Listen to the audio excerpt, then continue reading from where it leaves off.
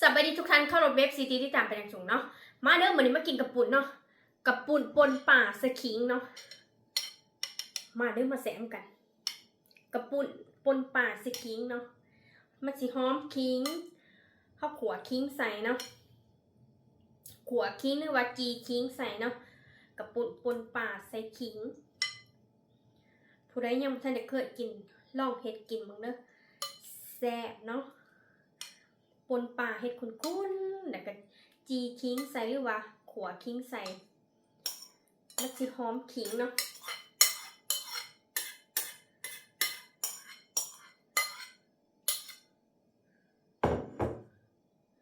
มาเด้อมาแซมกันเนาะเมนูข้าวปุ้นปนป่าใส่ขิงเนาะเฮาก็สิมีบักพริกกัดเนาะผักอย่างละน้อยเนาะมาเด้อจะมาแซมกันเนาะ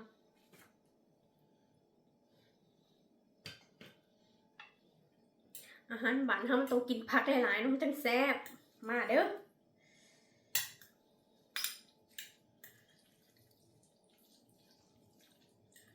สิหอมขิงเนาะเวลาปนใส่ซอยโอ๊ะซอยใบมันใส่กระแสบเนาะใบมันซอยใส่กระแสบแล้วก็จำกับปีกัดปักพริกคันมีข้าวเหนียวก็จำลงเนาะแซ่บกินแบบแซ่บๆแล้วเนาะ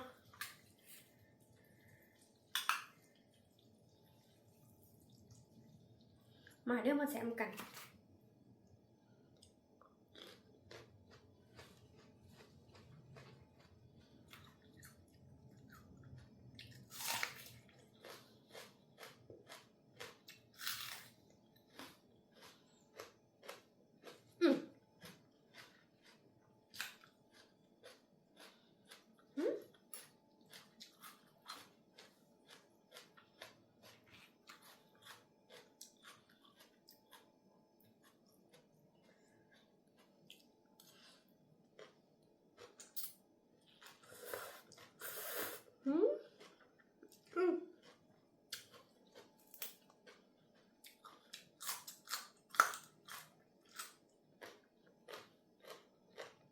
บ่ได้กินล้นเนาะ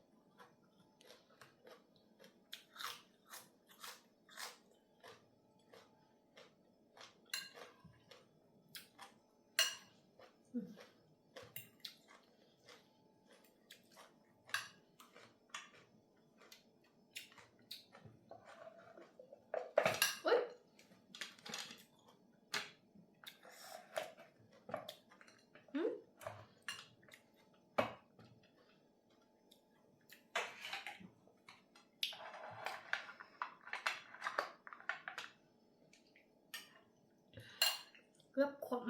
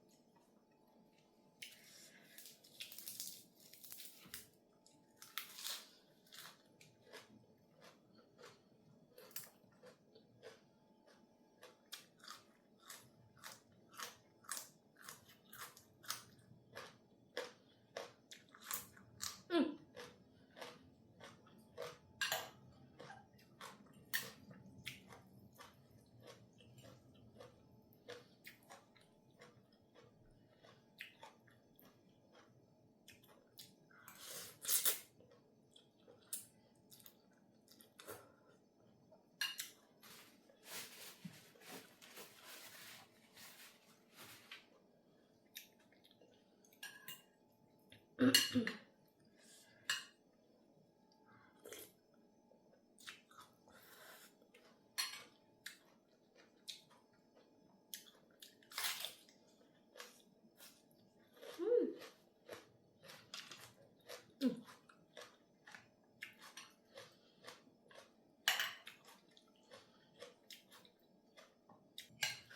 นบานเท่านี้เฮ็ดตอนเกี่ยวเข่าหรือว่า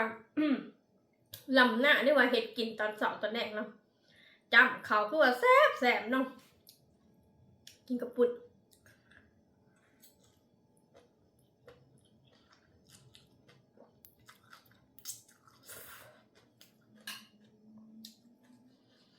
เฮ็ดเวียกเมื่อยเท่าไรก็แฮงแซ่บเนาะ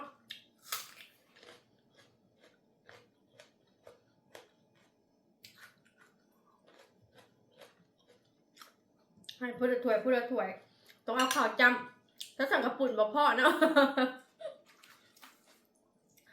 ก็สั่งกับปุ่นบ่พอกันกินเนาะจะเอาข้าวจำนะหลายคนเนาะ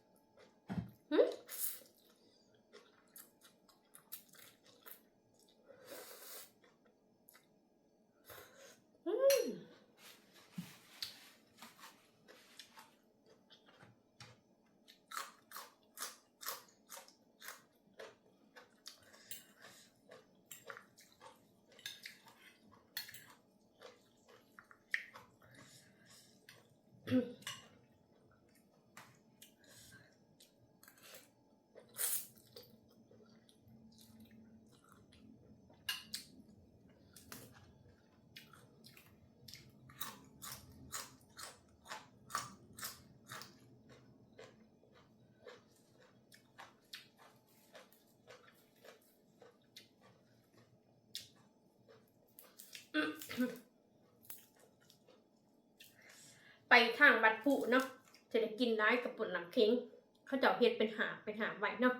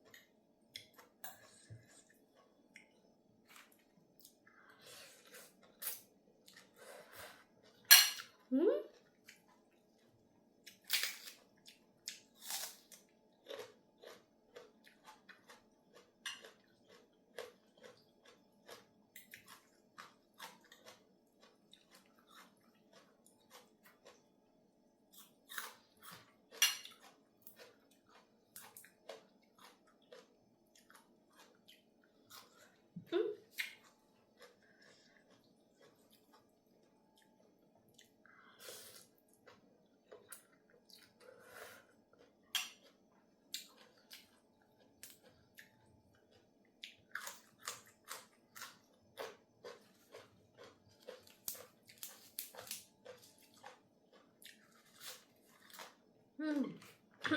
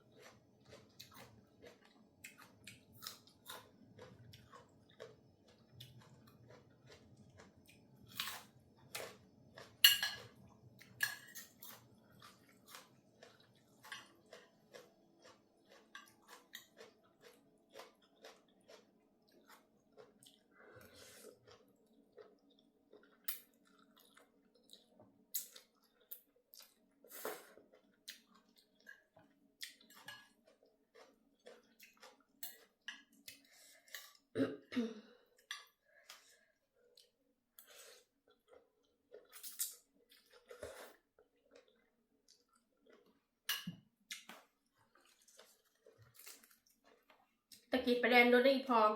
อยู่ต่อเขตเนาะเขาจับขายแซ่บกระปุ่นต่อเขตเนาะกระปุ่นทาบักบาทเท่ากับแซ่บกินกับข้าวตอนเช้าไปแลนด์รถ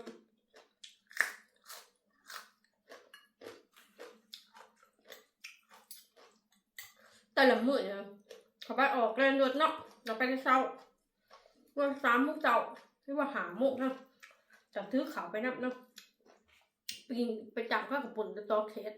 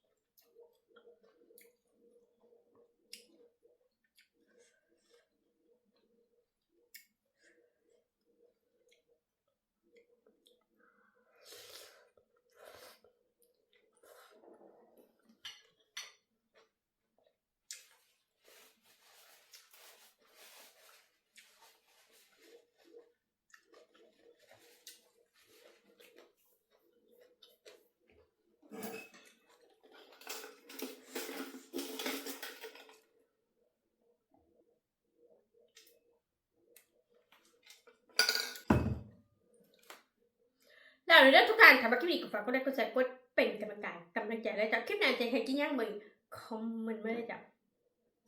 ทุกท่านเนี่ยขอทุกท่านสิทุกท่านพี่น้องทุกท่านอยู่ดีไม่แห้งน้ำด้วยคลิปหน้าพบกันใหม่